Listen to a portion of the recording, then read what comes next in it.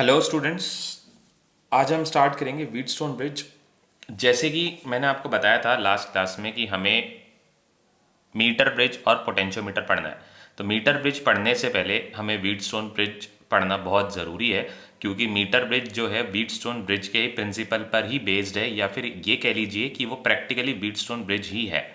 ठीक है, तो आज हम पढ़ेंगे व्हीटस्टोन ब्रिज। इससे पहले वाली क्लास में हमने पढ़ा था किरचॉफ रूल, और किरचॉफ के प्रिंसिपल को यूज़ करते हुए, किरचॉफ के रूल्स को यूज़ करते हुए ही हम व्हीटस्टोन ब्रिज को प्रूफ करेंगे। तो आपने अगर किरचॉफ रूल्स नहीं पढ़े हैं तो आपको किरचॉफ रूल्स पहले पढ़ना चाहिए और फिर व्हीटस्टोन ब्रिज पर आना चाहिए। ठीक है, तो व्हीटस्टोन ब्रिज बेसिकली क्या होता है? व्हीटस्टोन ब्रिज बेसिकली चार रेजिस्टेंस का एक नेटवर्क है। यहाँ पर चार अलग अलग ब्रांचेज हैं। Let it be A, B, C and D. ये चार अलग अलग ब्रांचेज हैं। कौन कौन सी चार ब्रांचेज हो गई? अच्छा, पहले एक बार कल का एक बार रिवाइज कर लेते हैं जल्दी जल्दी, ताकि आप लोगों को ये वो याद रह जाए। पहले यहाँ पर बताओ जंक्शन कौन कौन से? जंक्शन ऐसा पॉइंट जहाँ पर दो या दो से ज़्यादा करंट्स आ रही हो या जा रही हो, तो ये वाला पॉइंट ए। पॉइंट ए पर देखिए, यहाँ से करंट आ रही है, फिर वो यहाँ चली जाएगी, फिर वो यहाँ चली जाएगी। ठीक है। सी पॉइंट, सी पॉइंट भी एक जंक्शन है, क्योंकि यहाँ से करंट आ रही है, यहाँ से करंट आ रही है और इधर से करंट जा रही है। और कौन सा जंक्शन है यहाँ पर? ये बी पॉइंट भी एक जंक्शन हो गया। यहाँ पर करंट जाएगी, ये करंट इधर वापस आएगी और यहाँ पर जाएगी बची हुई करंट। ठीक है, ये डी पॉइंट भी एक जंक्शन हो गया। तो जंक्शन यहाँ पर ऐसे पॉइंट जहाँ पर दो या दो से ज़्यादा करंट, सॉरी दो नहीं, दो से ज़्यादा करंट्स एक ही पॉइंट पर मीट कर रही हो, उसे हम बोलते हैं जंक्शन। तो जंक्शन हो गया यहाँ पे ए, बी, सी और डी। हमारे पास है चार जंक्शन। आज के केस में हमारे पास कितने जंक्शन है? चार जंक्शन। ब्रांचेस कौन कौन सी है? ब्रांचेस हैं A B, B C, C D और ए डी ब्रांचेस हैं।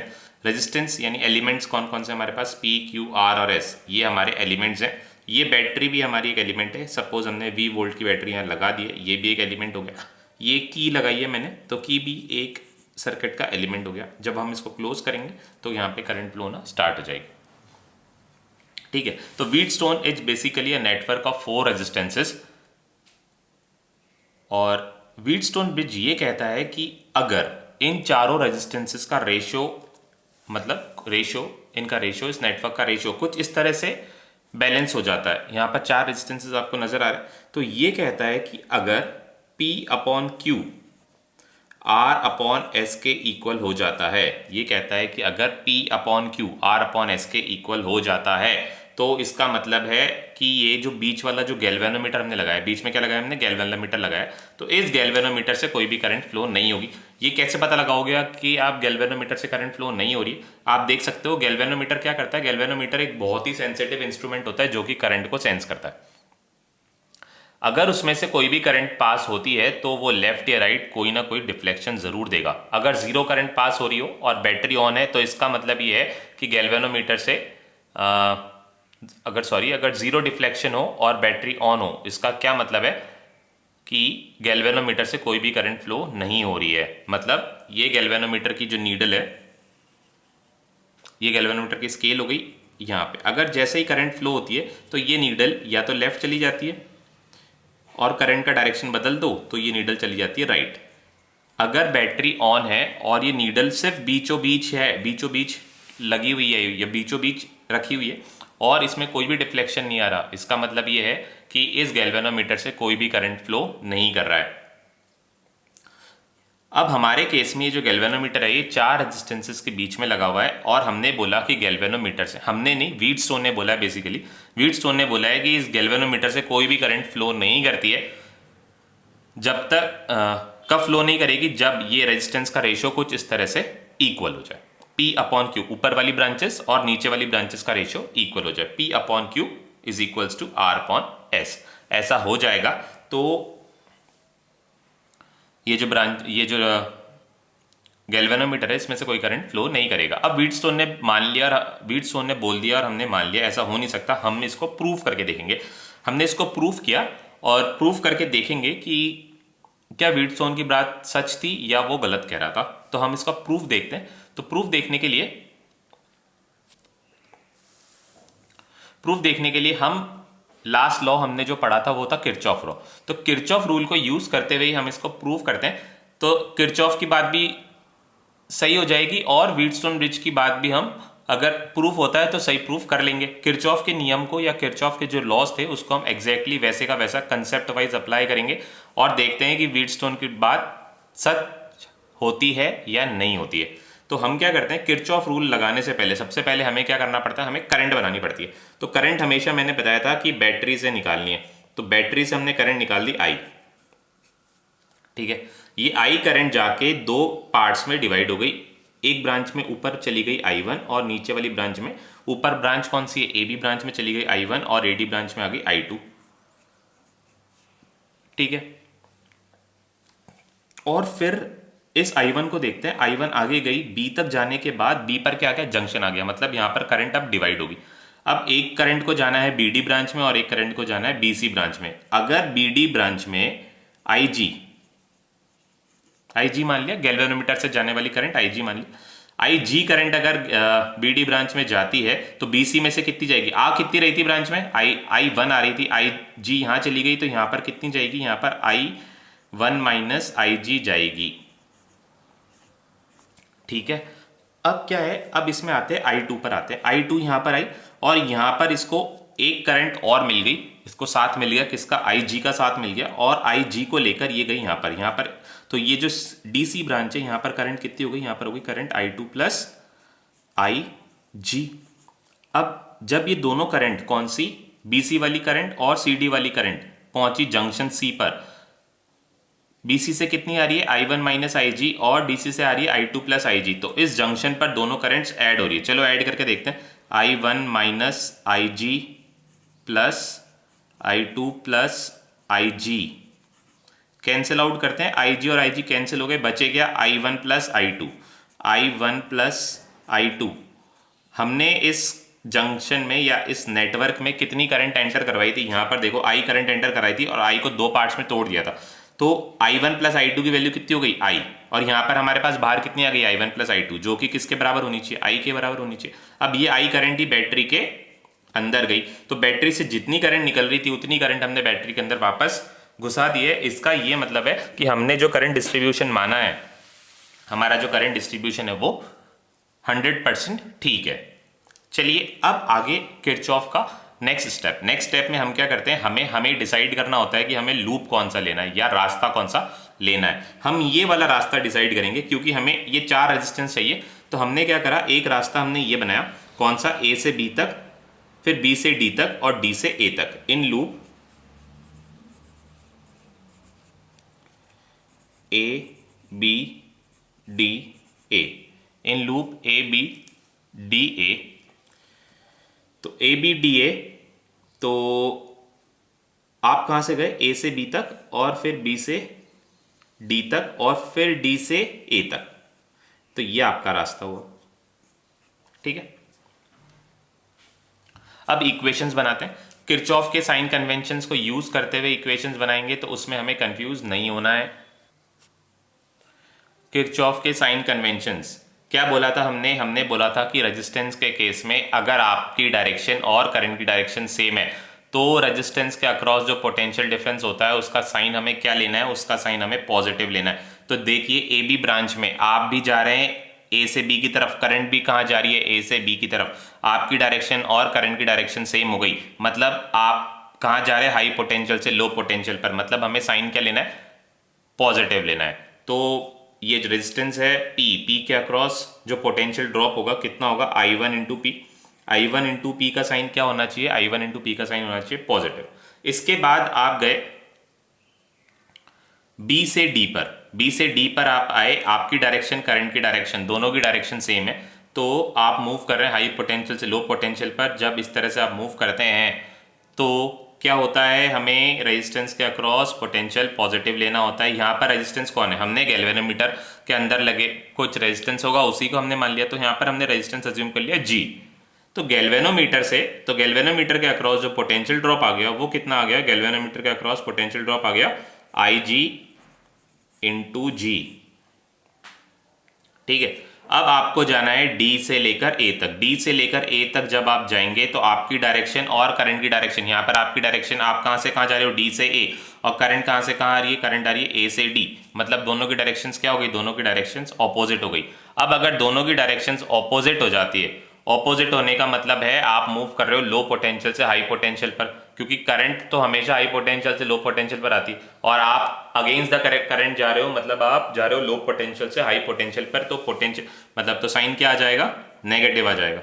नेगेटिव किसके अक्रॉस, आर के अक्रॉस, तो आर पे करंट है I2 और हमने पोटेंशियल का साइन लगा दिया नेगेटिव। ये कौन सा लूप रूल यूज कर रहे हैं हम, किरचॉफ का, जंक्शन या वोल्टेज, हम यूज कर रहे हैं वोल्टेज रूल। और इसने कहा था कि सारे पोटेंशियल्स का सम अक्रॉस अ क्लोज लूप क्या होना चाहिए, जीरो होना चाहिए, तो हमने क्या कर दिया, इसको जीरो बना दिया, ठीक है, और इसको डाल दिया इक्वेशन नंबर 1। अब हम दूसरा लूप लेंगे।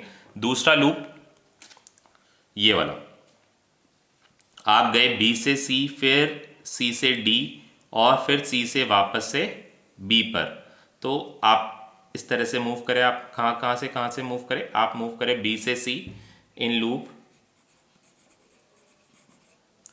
B C D B, B C D B loop है हमारा, जहां से स्टार्ट हुए वहीं पर वापस आ गए। लूप की खास बात यही होती है कि जहां से शुरुआत होती है वहीं पर एंड होता है, ठीक है।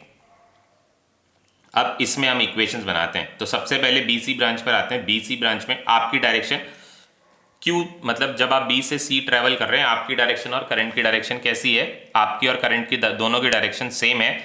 जब दोनों की डायरेक्शन सेम होगी तो पोटेंशियल Q के अक्रॉस पोटेंशियल कैसा होना चाहिए, पोटेंशियल पॉजिटिव होना चाहिए। दोनों की डायरेक्शन सेम है, तो Q पर पोटेंशियल होना चाहिए I1 माइनस G, Q के अक्रॉस पोटेंशियल होना चाहिए I1 minus IG into Q, ठीक है। फिर जब आप मूव करेंगे C से D, हमारा लूप कहाँ जा रहा है, C से D जा रहा है। C से D जब जा रहे हैं तो आपकी डायरेक्शन और करंट की डायरेक्शन कैसी है, अपोजिट है। अपोजिट है मतलब आप कहाँ जा रहे हो, लो पोटेंशियल से हाई पोटेंशियल पर जा रहे हो, मतलब साइन कैसा होना चाहिए, साइन होना चाहिए नेगेटिव। तो S के अक्रॉस जो पोटेंशियल आएगा वो क्या आएगा, वो नेगेटिव आएगा। S के अक्रॉस पोटेंशियल अगर नेगेटिव है तो S में से करंट कितनी जा रही है, करंट जा रही है I2 प्लस IG, और रेजिस्टेंस कितना है, रेजिस्टेंस है S। करंट इंटू रेजिस्टेंस ही तो पोटेंशियल होता है, तो I2 plus IG into S, sign क्या आना चाहिए, साइन नेगेटिव आना चाहिए। फिर आप गए D से लेकर B तक, D से B पर आपकी और करंट की डायरेक्शन अपोजिट है, तो मतलब आप मूव कर रहे हो लो पोटेंशियल से हाई पोटेंशियल पर, तो साइन क्या आना चाहिए, साइन आना चाहिए नेगेटिव। साइन जब नेगेटिव आया तो करंट IG और रेजिस्टेंस गैल्वेनोमीटर का G। अब वापस आप कहाँ पहुंच गए, B पर। हमारा लूप कंप्लीट हो गया, तो पोटेंशियल्स को हम क्या बना देते हैं, सारे पोटेंशियल्स के सम को हम जीरो बना देते हैं और इसको बना देते हैं इक्वेशन 2। अब व्हीटस्टोन क्या बोला था, व्हीटस्टोन बोला था कि बैलेंस कंडीशन पर गैल्वेनोमीटर में कोई करंट फ्लो नहीं होती है। तो बैलेंस कंडीशन में करंट IG क्या होती है, जीरो होती है। तो हम यहां पर एक स्टेटमेंट लिखते हैं, for balanced condition, for balanced condition. Balance condition में क्या होता है, बैलेंस कंडीशन में गैल्वेनोमीटर से करंट फ्लो नहीं होती है, तो IG क्या होगा, IG is equals to zero हो जाएगा।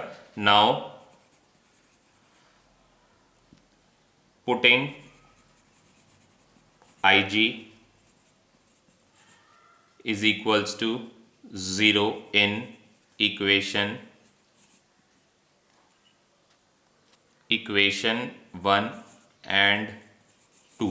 IG को हमने जीरो बना दिया है इक्वेशन 1 और 2 में, तो इक्वेशन 1 की वैल्यूज कैसी, इक्वेशन 1 कैसी बदल जाएगी, इक्वेशन 1 ऐसा चेंज हो जाएगा I1 इंटू P, IG तो जीरो हो गया तो IG इंटू G भी जीरो होगा, minus I2R is equals to zero. इसको हमने डाल दिया इक्वेशन नंबर 3। अब इक्वेशन 2 में क्या क्या चेंजेस आ जाएंगे, इक्वेशन 2 में ये बन जाएगा, IG जीरो है तो I1 into Q, I1 into Q minus IG zero है तो ये बन जाएगा I2 into S, I2 into S, और IG तो जीरो है तो ये equal to zero. This is equation number 4, ठीक है। अब इक्वेशन 3 को हम कुछ I2 और R को उस तरफ शिफ्ट कर देते हैं, I1P is equals to I2R, ठीक है। और इक्वेशन 4 में हम करते हैं I1Q is equals to I2S, इसको डाल देते हैं 5 और इसको 6। अब 5 और 6 को जब आप डिवाइड करेंगे, इक्वेशन 5 डिवाइडेड बाय इक्वेशन 6, तो आंसर क्या आता है? आंसर आता है I1P upon I1Q is equals to I2R upon I2S। I1 से I1 कैंसिल हो गया, I2 से I2 कैंसिल हो गया, तो क्या बनी ये, मतलब ये जो फॉर्मूला बना ये क्या बना? ये फॉर्मूला बना P upon Q is equal to R upon S।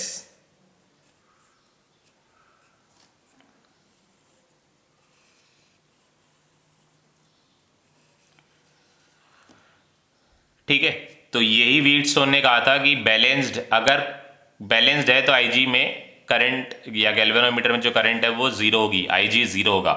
हमने ये मान लिया, हमने कहाँ से शुरुआत करी? हमने शुरुआत करी कि अगर आईजी जीरो है तो क्या ये बैलेंस आता है? तो हमने देखा कि अगर हमने आईजी को जीरो बना दिया तो ये बैलेंस हो जाता है। इसका क्या मतलब है? इसका मतलब है जो व्हीटस्टोन कह रहे थे वो सही कह रहे थे कि बैलेंस कंडीशन में गैल्वेनोमीटर से कोई भी करंट फ्लो नहीं करती है। ठीक है, अब हम व्हीटस्टोन ब्रिज की प्रैक्टिकल एप्लीकेशन पढ़ेंगे जो कि है metre bridge. Metre bridge basically क्या है? मीटर ब्रिज जो है व्हीटस्टोन ब्रिज ही है, और लैब में हम मीटर ब्रिज को यूज करेंगे एक अननोन रेजिस्टेंस की वैल्यू को फाइंड करने के लिए। ठीक है, तो अब हम स्टार्ट कर रहे हैं मीटर ब्रिज। व्हीटस्टोन ब्रिज मेरे हिसाब से अब आपको क्लियर होगा। व्हीटस्टोन ब्रिज क्या कहता है कि जब रेजिस्टेंसेस बैलेंस होते हैं, रेजिस्टेंस कैसे बैलेंस होते हैं? जब ऊपर वाली ब्रांचेस का रेशियो P अपॉन Q किसके इक्वल हो गया? R अपॉन S के इक्वल हो गया। जब ये इक्वल हो गए तो रेजिस्टेंस हो गए बैलेंस। इस केस में गैल्वेनोमीटर से करंट फ्लो नहीं करेगी। हमने किरचॉफ के रूल को फॉलो करते हुए इसको प्रूव कर दिया। हमने ये मान लिया कि IG जीरो है। अगर IG जीरो है तो उसका जो व्हीटस्टोन का सेकंड पार्ट था स्टेटमेंट का, क्या था कि बैलेंस है तो IG जीरो है। अब अगर हमने IG जीरो मान ली तो क्या होना चाहिए? बैलेंस होना चाहिए, और लास्ट में हमने इसको बैलेंस करके बता दिया है। मतलब व्हीटस्टोन सही कह रहे थे। अब हम मीटर ब्रिज स्टार्ट करेंगे, और व्हीटस्टोन को फॉलो करते हुए हम क्या करेंगे? एक अननोन रेजिस्टेंस, एक वायर हमें दी हुई होगी अननोन, या फिर एक रेजिस्टेंस हमें दिया हुआ होगा जिसका रजिस्टर हमें, मतलब जिसका रेजिस्टेंस हमें पता नहीं होगा। एक रजिस्टर हमें दिया हुआ होगा जिसका रेजिस्टेंस हमें पता नहीं होगा, और हम वो फाइंड करके बताएंगे व्हीटस्टोन ब्रिज से या मीटर ब्रिज से। मीटर ब्रिज से फाइंड करेंगे, लैब में हमारे पास मीटर ब्रिज अवेलेबल है। तो नेक्स्ट टॉपिक स्टार्ट करते हैं, मीटर ब्रिज। मीटर ब्रिज कैसा होता है, कैसा दिखता है, वो भी हम देखते हैं। तो मीटर ब्रिज मैं आपको यहाँ पे ड्रॉ करके बताता हूँ। मीटर ब्रिज हमें जो लैब में प्रोवाइडेड होगा, हमें एक वुडन प्लेटफॉर्म प्रोवाइडेड होगा जो मैंने आपको बना दिया। हम टॉप व्यू देख रहे हैं। हम कौन सा व्यू देख रहे हैं? Top view. ऊपर से कैसा दिखता है मीटर ब्रिज, हम टॉप व्यू देख रहे हैं। अब ये वुडन प्लेटफॉर्म के ऊपर हमारे पास दो एल शेप की स्ट्रिप्स होंगी।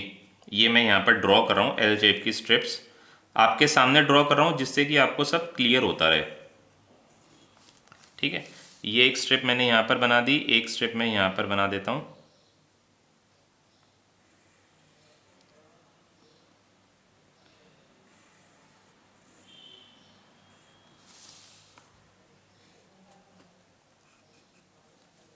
ठीक है, अब ऊपर वाली मेरे को ड्रॉ करनी पड़ेगी। ऊपर वाली के लिए मैंने क्या किया, मैं यहाँ से इसको थोड़ा सा इसको एक्सटेंड करना पड़ेगा।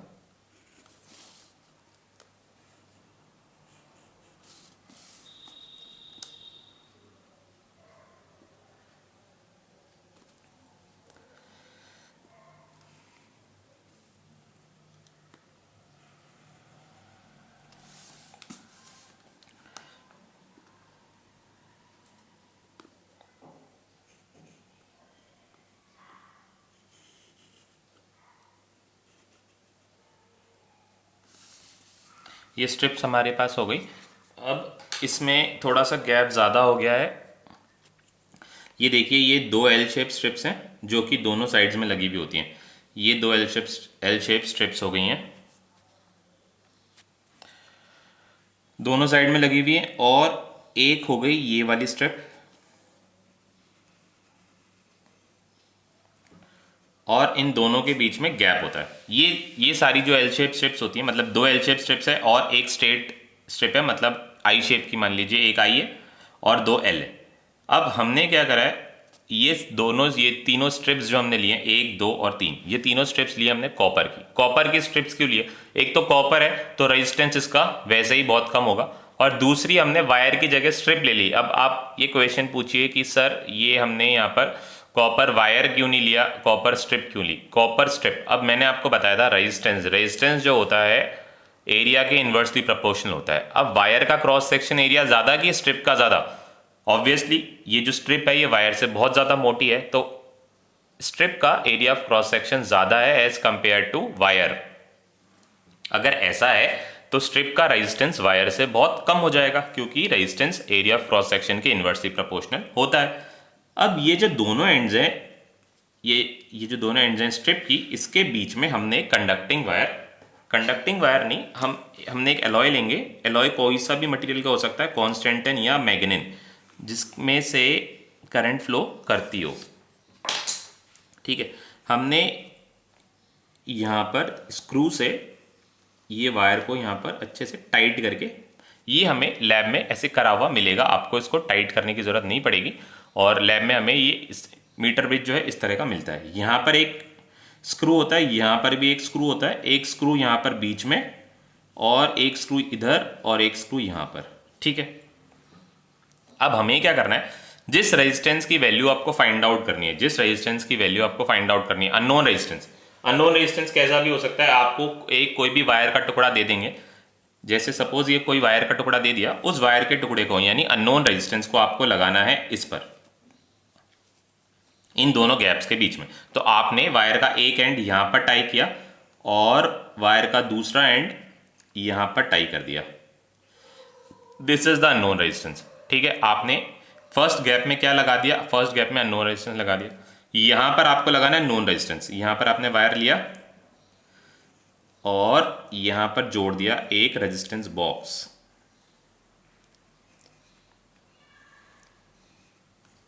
रेजिस्टेंस बॉक्स कैसा होता है ये भी मैं आपको बताऊंगा। ये वायर लगा के आपने लगा दिया रेजिस्टेंस बॉक्स। ठीक है, अब हमने क्या करना है, ये मीटर ब्रिज का एक टर्मिनल हो गया, ये मीटर ब्रिज का दूसरा टर्मिनल हो गया। ठीक है, इन दोनों टर्मिनल्स को हमें चाहिए करंट, तो हमें इन दोनों टर्मिनल्स को बैटरी से कनेक्ट करना पड़ेगा। तो हमने यहां पर एक बैटरी निकालते हुए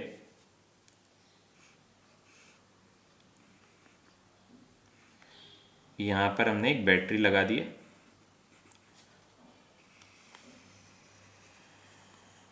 और बैटरी के दोनों, एक एंड को ए से जोड़ दिया, एक एंड को बी से जोड़ दिया। अब आप बताइए हाई पोटेंशियल पर कौन सा? हाई पोटेंशियल पर ऑब्वियसली ए है, क्योंकि ए बैटरी के पॉजिटिव टर्मिनल से कनेक्टेड है और बी बैटरी के नेगेटिव टर्मिनल से कनेक्टेड है। और करंट कहां से कहां फ्लो कर रही है? करंट फ्लो कर रही है ए से बी की तरफ। ठीक है, और यहां पर हम एक चीज करेंगे कि ये वाला जो स्क्रू है, यहां से गैल्वेनोमीटर लगाएंगे। गैल्वेनोमीटर का एक एंड तो हमने इस वायर से कनेक्ट कर दिया और गैल्वेनोमीटर का दूसरा एंड हमने एक स्लाइडर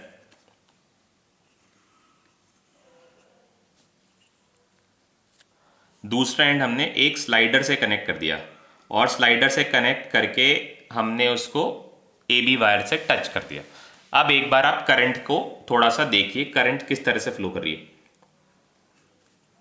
करंट यहां आ रही है, यहां पर आते ही करंट को कितने रास्ते मिल गए? दो रास्ते मिल गए। अब मैं एक एक करके ब्रांचेस को, इस मीटर ब्रिज को व्हीटस्टोन से कंपेयर कर रहा हूं, ताकि आप देख सकते हैं कि मीटर ब्रिज व्हीटस्टोन के आइडेंटिकल कैसा है। यहां से करंट निकली, हम भी इसके नाम रख देते हैं, ए पॉइंट हमने बना दिया इसको। और ये बैटरी हमने बैटरी लगा रखी है 20 वोल्ट की। यहां पर हम एक की भी लगा देते हैं, ताकि हमारे लिए हम जब चाहे उसको ऑन ऑफ कर सकते हैं। की लगा दी हमने, यहां पर भी हमने की लगा दी है। अब करंट निकली है बैटरी से और पहुंची ए तक। यहां पे भी करंट पहुंची ए तक और यहां पर भी करंट पहुंची ए तक। यहां पर करंट को मिले दो रास्ते, एक कॉपर स्ट्रिप से होते हुए फ्लो करेगी और एक इस मीटर ब्रिज के वायर से फ्लो करेगी। अच्छा, एक चीज और बता दूं मैं, ये मीटर ब्रिज का जो वायर होता है ये 100 सेंटीमीटर लॉन्ग होता है। कितना सेंटीमीटर? 100 सेंटीमीटर। और इसके नीचे लगी हुई होती है एक स्केल। इस स्केल पे 1 से लेकर 100 तक की काउंटिंग लिखी होती है, जिससे कि जहां पर भी आपका ये स्लाइडर आए आप उसको काउंट कर सको कि आपका स्लाइडर जो है वो कहाँ पर आया है। ये स्केल लगी हुई है, इस स्केल पर 1 से लेकर 100 तक की काउंटिंग लिखी हुई है, और इससे हम क्या कर सकते हैं, इससे हम पता लगा सकते हैं कि आपका जो स्लाइडर रुका हुआ है वो कितनी लेंथ पर रुका हुआ है। ठीक है, अब आप कहाँ से पहुंचे, यहाँ पे बैटरी से करंट निकली और ए तक पहुंची, यहाँ पे भी बैटरी से करंट निकली, दो ए तक पहुंची। अब यहाँ पर इसको मिल गए दो रास्ते, यहाँ पर भी दो रास्ते मिले, एक कॉपर स्ट्रिप वाला और एक वायर वाला। ये जो ऊपर वाला रास्ता पहुंचा वो पहुंचा रेजिस्टेंस पी तक। रेजिस्टेंस पी कैसा था, अननोन, तो यहाँ पर भी हम इसको रेजिस्टेंस पी मान लेते हैं कॉपर स्ट्रिप से होती हुई, क्योंकि कॉपर स्ट्रिप का एरिया काफी ज्यादा है और copper is a good conductor, तो हम इसका मान लेते हैं कॉपर स्ट्रिप का रेजिस्टेंस 0। रेजिस्टेंस कहाँ पर है, पी के पास, यहाँ पर रेजिस्टेंस पी के पास, तो हम यहाँ पहुंच गए पी तक। ठीक है, अब पी तक जाने के बाद ये वाली जो करंट यहाँ से गई है, ये करंट यहाँ पर फ्लो कर रही है पी में, और पी से होते हुए ये आ रही है कहाँ पर, गैल्वेनोमीटर में। गैल्वेनोमीटर में एंटर करेगी। हमने भी यहाँ पर ये देखो, यहाँ तक पहुँचने के बाद ये जंक्शन हो गया, एक करंट का रास्ता यहाँ पर भी जा रहा है और एक करंट गैल्वेनोमीटर पे भी जा रही है। करंट को दो रास्ते मिल गए, इस पॉइंट पर आते ही करंट के दो रास्ते हो गए, यहाँ पर ये वाला पॉइंट ये रहा, और करंट के बना दिए हमने दो रास्ते, एक गैल्वेनोमीटर की तरफ और एक दूसरे रेजिस्टेंस की तरफ। ठीक है, यहां तक पहुंचने के बाद करंट के हो गए दो रास्ते, करंट के दो रास्ते हो गए, एक करंट कहां पहुंची, एक करंट गैल्वेनोमीटर में पहुंची। अभी आप गैल्वेनोमीटर वाले करंट पर कंसंट्रेट कीजिए और आगे वाली करंट को हम बताते हैं क्या करना है। ये करंट यहां पे पहुंची गैल्वेनोमीटर से होते हुए, और कहां पहुंच गई, ये पहुंच गई इस वायर पे नीचे। ठीक है, ये वाली करंट भी यहां से होते हुए कहां पहुंच गई, नीचे। अब हमने यहां पर बात करी थी, करंट के दो पार्ट्स हुए थे, एक करंट तो यहां से जा रही थी और एक ऊपर चली गई थी, यहां पर भी एक करंट आ रही है और गैल्वेनोमीटर से होते हुए इधर भी एक करंट आ रही है। ठीक है, अब हम इसको मान लेते हैं करंट I1 और इसको मान लेते हैं करंट I2, जैसे हमने व्हीटस्टोन में अज्यूम किया था। तो ये वाला करंट हो गया I1 और ये वाला करंट हो गया I2। I1 करंट P पे गया, P पर जाने के बाद यहां पे आते ही क्या हो गए, करंट के दो पार्ट्स हो गए, गैल्वेनोमीटर में चली गई करंट, कितनी गई, IG, और यहां पर करंट कितनी आ रही है, यहां पर आ रही है IG minus, sorry I1 minus, sorry यहां पर तो करंट सिर्फ IG ही आएगी गैल्वेनोमीटर में। ये गैल्वेनोमीटर में करंट एंटर करिए और यहां पर करंट कितनी आएगी, गैल्वेनोमीटर में देखिए IG करंट एंटर कर रही है तो बाहर भी करंट IG ही आएगी। और इस पॉइंट पर देखिए क्या हुआ, इस पॉइंट पर एक जंक्शन बन गया, एक करंट आ रही है IG, दूसरी करंट आ रही है I2, और यहां पर बाहर कितनी निकलेगी, यहां पर करंट बाहर निकल गई IG प्लस I2, ये करंट यहां पर बाहर निकल गई मीटर विद से। ठीक है, अब यहां पर ये वाली जो करंट थी, यहां पर करंट कितनी आई थी, I1। अब I1 के हो गए दो पार्ट्स, एक गई IG, और तो यहां पर आने वाली करंट, इस करंट को मैं कहां पर लिखूं, यहां पर लिख देता हूं, ये करंट कितनी है, ये है I1 माइनस IG। ठीक है, ये करंट हो गई I1 minus IG। I1 minus IG current कहां गई, रेजिस्टेंस बॉक्स में, ये रेजिस्टेंस बॉक्स, ये देखिए ये IG यहां चली गई, तो यहां पर कितनी बची, यहां पर बची करंट I1 माइनस IG। ये करंट पहुंची रेजिस्टेंस बॉक्स में, इस रेजिस्टेंस बॉक्स को हम नाम रख देते हैं, इस रेजिस्टेंस बॉक्स का Q, तो हमने लिख दिया यहां पर Q। ठीक है, ये हमने Q बना दिया। अब यहां पे करंट कितनी आ रही थी, I1 माइनस IG करंट आ रही थी, ये वाली करंट जो है कितनी है, I1 माइनस IG। इस करंट को मैं यहां पे वापस से लिखता हूं, करंट है I1 माइनस IG, और यहां पे करंट पहुंच रही है I2 प्लस IG। यहां पर दोनों मिलकर कितनी हो जाएगी, दोनों मिलकर इस ब्रांच में कितनी करंट पहुंचाएगी, IG प्लस I2 और plus I1 minus IG। IG से IG कैंसिल हो जाएगा, क्या बचा, I1 प्लस I2। यहां पर क्या आ रही थी, I1 प्लस I2। अब I1 plus I2 current battery में वापस पहुंच गई। यहां पर देखिए यही I2 और IG करंट यहां पर आ रही है, और यहां पर दोनों ऐड हो जाएंगी, तो क्या बचेगी, IG से IG कैंसिल हो जाएगा, IG से IG कैंसिल हो जाएगा, I1 minus IG plus I2 plus IG से IG कैंसिल हो जाएगा, बचेगा I1 प्लस I2 बचा, और ये बैटरी के अंदर चलेगी। एग्जैक्टली इसकी मिरर इमेज है ये व्हीटस्टोन ब्रिज और मीटर ब्रिज, एग्जैक्टली एक, मतलब ये बस इसका प्रैक्टिकल एप्लीकेशन है, एग्जैक्टली सेम प्रिंसिपल फॉलो हो रहा है। ठीक है, अब हमें क्वेश्चन ये अराइज होता है कि इसको व्हीटस्टोन को यूज करके अननोन रेजिस्टेंस कैसे फाइंड आउट करना है, अननोन रेजिस्टेंस को हमें कैसे फाइंड आउट करना है व्हीटस्टोन ब्रिज को यूज करके, इस मीटर ब्रिज को यूज करके। अब हम देखिए मीटर उसने क्या कहा था, ये कनेक्शंस आपने करने के बाद व्हीटस्टोन ने क्या कहा था, व्हीटस्टोन ने कहा था कि अगर ये बैलेंस हो जाएगा तो गैल्वेनोमीटर से करंट जीरो हो जाएगी। तो इसको बैलेंस करने के लिए आपने क्या करा, ये कनेक्शंस करने के बाद एक बार जॉकी को आप प्रेस लगाओगे ए पर और एक बार लगाओगे जॉकी को बी पर।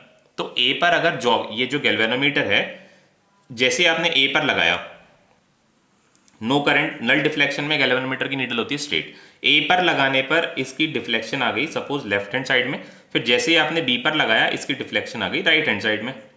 ठीक है, तो अगर हमारे डिफ्लेक्शन अपोजिट तरफ आ रहे हैं, अपोजिट साइड्स में आ रहे हैं ए और बी पे लगाने पे, मतलब हमारे कनेक्शंस क्या हैं, करेक्ट है। मान लीजिए आपने ए पर लगाया तो भी लेफ्ट में आई और बी पर लगाया तो भी लेफ्ट में आई, इसका मतलब है कनेक्शन में कोई ना कोई गड़बड़ जरूर है, उसको आपको सॉर्ट आउट करना पड़ेगा, सर्किट डायग्राम से चेक करके एक एक चीज मिलानी पड़ेगी। अच्छा, एक चीज यहां पर रह गई, अब आप पूछोगे सर ये करंट, ये रेजिस्टेंस आर और एस कहां गए, तो ये रेजिस्टेंस आर, ये वाला जो पोर्शन है वायर का, ये वाला जो पोर्शन है जहां पे करंट फ्लो हो रही थी, ये बन गया रेजिस्टेंस आर, और ये दूसरा वाला जहां पर करंट I2 प्लस IG जा रही थी, ये बन गया S।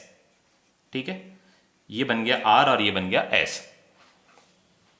ठीक है, वायर का एक टुकड़ा बन गया R और वायर का दूसरा टुकड़ा बनेगा S।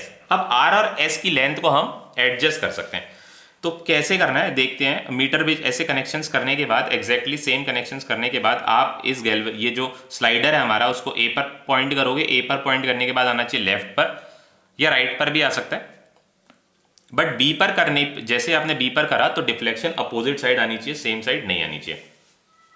ठीक है, अब आपने क्या किया, आपको बनाना है गैल्वेनोमीटर का करंट जीरो, मतलब आर और एस किस पर रेजिस्टेंस है, रेजिस्टेंस आप जानते हो लेंथ पर डिपेंड करता है, रेजिस्टेंस किस पर डिपेंड करता है, लेंथ पर डिपेंड करता है। तो हमारे पास ये जो लेंथ है ये एडजस्टेबल है, क्योंकि हम इस स्लाइडर को यहां पर भी रख सकते हैं, यहां पर भी रख सकते हैं, कहीं पर भी रख सकते हैं। तो ऐसा करके हम आर और एस की लेंथ को एडजस्ट कर सकते हैं। आर को बड़ा कर देंगे तो एस छोटा हो जाएगा, एस को बड़ा कर देंगे तो आर छोटा हो जाएगा।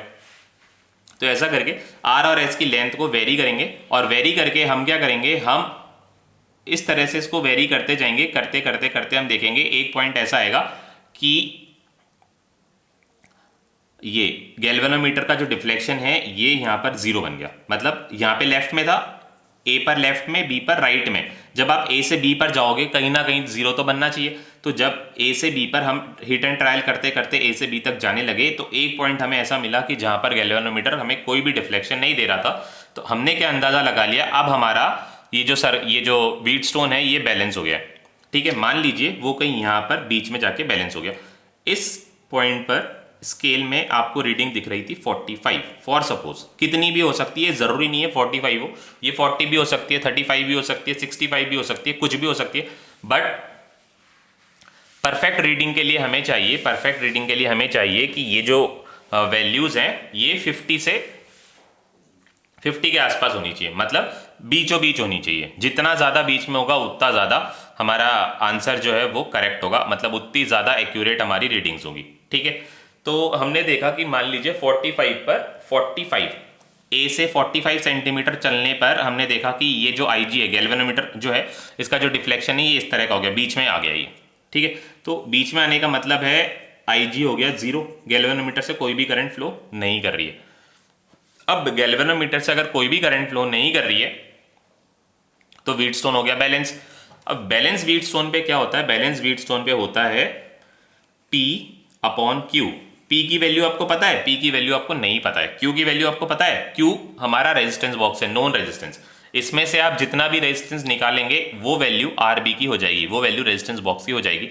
फॉर सपोज आप 2, 3, 5 अपनी मर्जी से कितनी भी वैल्यू निकाल सकते हैं। ठीक है, बट आपको क्या करना होता है, ये P और Q का ऑर्डर जो है वो सेम होना चाहिए। मतलब अगर ये आपको रेजिस्टेंस वायर दे दिया गया है, बोला गया है कि इसकी वैल्यू 1 से 10 ओम के बीच में होनी चाहिए, तो आपको भी रेजिस्टेंस बॉक्स जो लेना है 1 से 10 ओम का ही लेना है, इससे ज्यादा नहीं लेना है, क्योंकि ये दोनों अगर एक ऑर्डर का नहीं होगा तो इसको बैलेंस करना थोड़ा सा मुश्किल हो जाएगा। हमने रेजिस्टेंस बॉक्स में से कोई भी एक रेजिस्टेंस निकाल दिया, 2, 3, 5 कुछ भी निकाल सकते हैं, कुछ भी निकाल के और हमने इसको बैलेंस करा है। तो Q की वैल्यू आपको पता है। अब R, ये जो R है ये 45 सेंटीमीटर पे जो बैलेंस हुआ है ये 45 सेंटीमीटर ये वायर की लेंथ है, इसको मान लेते हैं जे। ए और जे की लेंथ कितनी है 45 सेंटीमीटर, और दूसरी लेंथ कौन सी बची है हमारे पास, एस की ये जो एस है इसकी वैल्यू कितनी हो गई, इसकी वैल्यू हो गई जे से लेकर बी तक, जे से बी तक इसकी लेंथ कितनी हो गई 55 हो गई। अब आपको तो लेंथ पता है, अब रेजिस्टेंस कैसे करना है, पर जब आप इसको रेशियो में बनाओगे आपको पता है आर का फॉर्मूला, मतलब आर रेजिस्टेंस जो होता है इसका फॉर्मूला क्या हो जाएगा रो एल अपॉन ए, ठीक है। और एस रेजिस्टेंस जो है इसका फॉर्मूला भी कितना हो जाएगा रो एल अपॉन ए। अब क्योंकि ए से बी तक जाने वाली वायर सेम है, सेम मटेरियल से बनी है, तो इसका रो कैंसिल हो जाएगा, ठीक है। इसको L1 L2 कर देते हैं, और एरिया ऑफ क्रॉस सेक्शन भी सेम होगा तो ये भी कैंसिल हो जाएगा। तो R अपॉन एस का रेशियो किसके इक्वल हो जाएगा, R अपॉन एस का रेशियो L1 और L2 के इक्वल हो जाएगा। अगर L1 L है तो L2 कितना हो जाएगा, L2 हो जाएगा 100 माइनस L, क्योंकि मैंने आपको क्या बताया था, मैंने आपको बताया था कि मीटर ब्रिज के वायर की लेंथ कितनी होती है 100 सेंटीमीटर होती है। अब आपको वैल्यू किसकी फाइंड करनी है, आपको वैल्यू फाइंड करनी है P की। तो P की वैल्यू फाइंड करने के लिए हम क्या करेंगे, ये L अपॉन 100 माइनस L को Q से मल्टीप्लाई कर देंगे। ये हमारे पास किसकी वैल्यू हो गई, अननोन रेजिस्टेंस की वैल्यू हो गई P की, ठीक है। हमारे एक्सपेरिमेंट को परफेक्ट रखने के लिए, एक्यूरेट रखने के लिए हम क्या करते हैं, क्योंकि ये प्रैक्टिकल मेथड है, जैसे हमने 11th क्लास में पढ़ा था, प्रैक्टिकल मेथड में एरर्स को कम करने के लिए हम क्या करते हैं, एक से ज़्यादा बार इस रेजिस्टेंस की वैल्यू निकालते हैं। एक से ज़्यादा बार हम इस रेजिस्टेंस की वैल्यू निकालेंगे, ऐसा कर करके हम अलग अलग बार रेजिस्टेंस की पी की अलग अलग वैल्यूज़ निकालेंगे और सबका क्या ले लेंगे एवरेज, जिससे क्या हो जाएगा, एरर भी हमारा हो जाएगा मिनिमाइज। एक चीज़ और कर सकते हैं, एरर को कम करने के लिए हम क्या कर सकते हैं, एरर को कम करने के लिए ये जो P और Q है इसको इंटरचेंज कर सकते हैं, है ना। जैसे 4 रीडिंग्स हमने इस तरह से ले ली P और Q, P को हमने रख दिया लेफ्ट में, Q को रख दिया राइट में। फिर आप क्या करोगे, 4 रीडिंग्स Q को राइट में रख दोगे और P को लेफ्ट में रख दोगे, इससे 4 रीडिंग्स आपने ले ली। तो ऐसा करने से हमारा जो रीडिंग्स हैं वो एरर जो है हमारी वो कम से कम हो जाएंगी, ठीक है।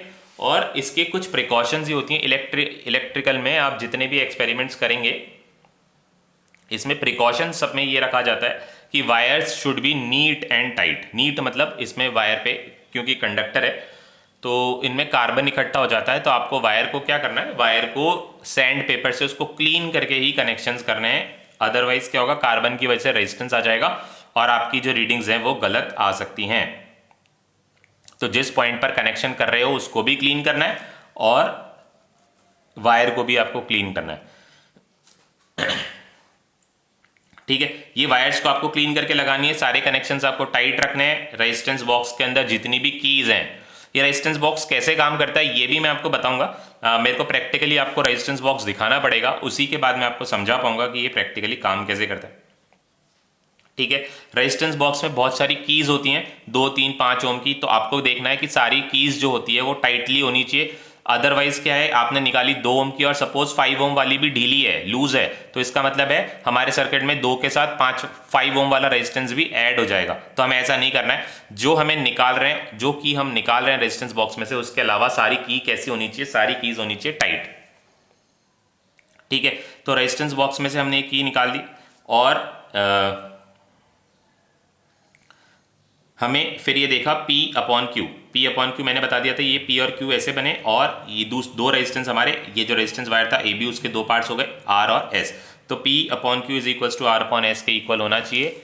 नोन अपॉन ये अननोन है, P Q नोन है, L रेजिस्टेंस ये इसकी वैल्यू हम जानते हैं, हमारे केस में कितनी थी 45 थी, कितनी भी आ सकती है प्रैक्टिकली जब आप मेजर करेंगे। और ये 100 माइनस L, अननोन रेजिस्टेंस की वैल्यू क्या आ गई, Q को यहाँ से हम ले गए, शिफ्ट कर दिया, तो हमारे यहाँ पे अननोन रेजिस्टेंस की वैल्यू हम कैलकुलेट कर सकते हैं। तो this is all about metre bridge. Metre bridge ऐसा था, इसको आपको कॉपी में लिखना है। किस तरह से लिखेंगे वो भी मैं आपको बता देता हूँ। सबसे पहले आपको लिखना पड़ेगा डिस्क्रिप्शन। डिस्क्रिप्शन में आप क्या लिखेंगे, डिस्क्रिप्शन में आप लिखेंगे metre bridge is an instrument which is used to find the value of unknown resistance. Meter bridge is an instrument used to find the value of unknown resistance. फिर इसके बाद आता है मीटर ब्रिज का principal. Copy में ये सब इसी ऑर्डर में लिखा हुआ होना चाहिए। प्रिंसिपल क्या हो जाएगा मीटर ब्रिज का, it is based on the principle of, कौन सा प्रिंसिपल फॉलो करता है, ये व्हीटस्टोन का प्रिंसिपल फॉलो करता है, it is based on the principle of Wheatstone bridge. फिर इसके बाद लिखेंगे आप इसकी वर्किंग, वर्किंग कैसे करता है ये, वर्किंग करता है आफ्टर, इस तरह से आप लिख सकते हैं, after making all the connections as shown in the circuit, after making all the connections as shown in the circuit we have to check that all the connections must be tight and the connections should be clean, मतलब उस पर carbon नहीं होना चाहिए। उसके बाद आप लिखेंगे हमने क्या लिखा था, हमने लिखा था कि after making all the connections as in the circuit start moving the jockey from A to B, jockey को हम ये जो स्लाइडर है इसको हम जॉकी भी बोलते हैं, इस स्लाइडर को हम ए से बी तक लेकर गए, the slider is moved from A to B and the null point is attained, जब गैल्वेनोमीटर से करंट जीरो हो जाएगी, गैल्वेनोमीटर का डिफ्लेक्शन जीरो हो जाएगा A से B तक जाने में, उसको हम क्या बोलते हैं, नल पॉइंट। ठीक है, तो after making all the connections and moving the jockey from A to B we achieve null point, and after getting the null point according to Wheatstone bridge, ये इक्वेशन आप लिख देंगे P upon Q is equals to L upon 100 minus L, and the value of P can be find out by P is equals to L upon 100 minus L into Q। ठीक है, तो ये हमारा हो गया। ये वाला एक्सप्रेशन भी आप लिख सकते हैं ये दिखाने के लिए कि ये 45 यहाँ पर इसका कोई रोल नहीं है कि R और S ये लेंथ के इक्वल कैसे हुए, इनका रेशियो लेंथ के इक्वल कैसे हुआ, क्योंकि रेजिस्टिविटी और लेंथ ये एरिया ऑफ क्रॉस सेक्शन ये कैंसिल हो गए, सिर्फ बचा गया, सिर्फ बचा लेंथ। ठीक है, तो ये भी आप दिखा सकते हो, तो इसको आप अपनी टर्म्स में, और बेसिकली मैंने आपको बता दिया कैसे क्या करना है, ये थ्योरी एक्सप्रेशन जरूर लिखना है। एग्जाम में अगर आपको पूछा जाए मीटर ब्रिज 3 मार्क्स में और आप एक्सप्रेशंस नहीं लिख रहे हो उसके, तो आपके मार्क्स कट जाएंगे, और सपोज 5 मार्क्स में आ जाता है मीटर ब्रिज, तो आपको ये प्रूफ करके भी दिखाना पड़ेगा जो हमने व्हीटस्टोन ब्रिज में इससे पहले प्रूफ करके P upon Q is equals to R upon S किया था। ठीक है, तो आज हम इतना ही करेंगे, कल हम पढ़ेंगे पोटेंशियोमीटर।